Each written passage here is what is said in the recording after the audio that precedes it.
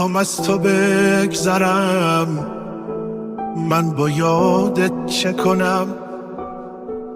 تو رو از یاد ببرم، با خاطراتت چه کنم؟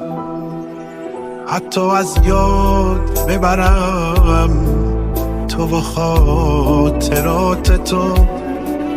بگو من با این دل خور خرابم چه کنم؟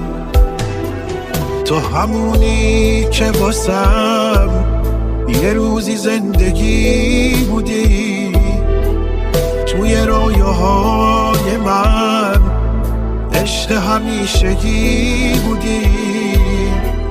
آره سهم من فقط از عاشقی یه حسرته، بی کسی عالمی داره واسه ما یه عادته. چطور از یاد ببرم اون همه خاطراتمو؟ آخه با چه جرأتی به دل بگم نمون برو؟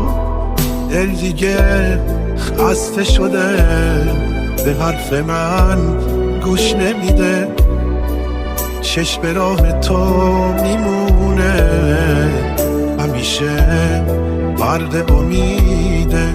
چشم به راه تو میمونه همیشه غرق امیده.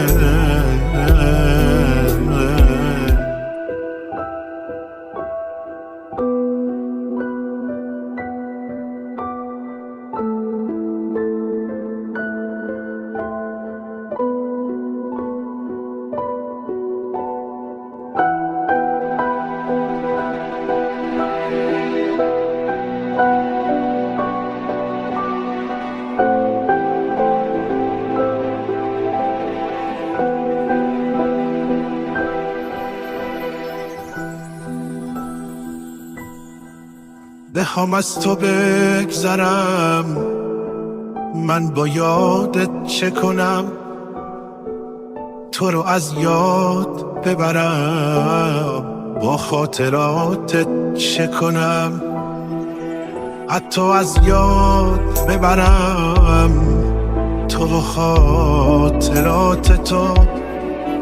بگو من با این دل خون خرابم چه کنم؟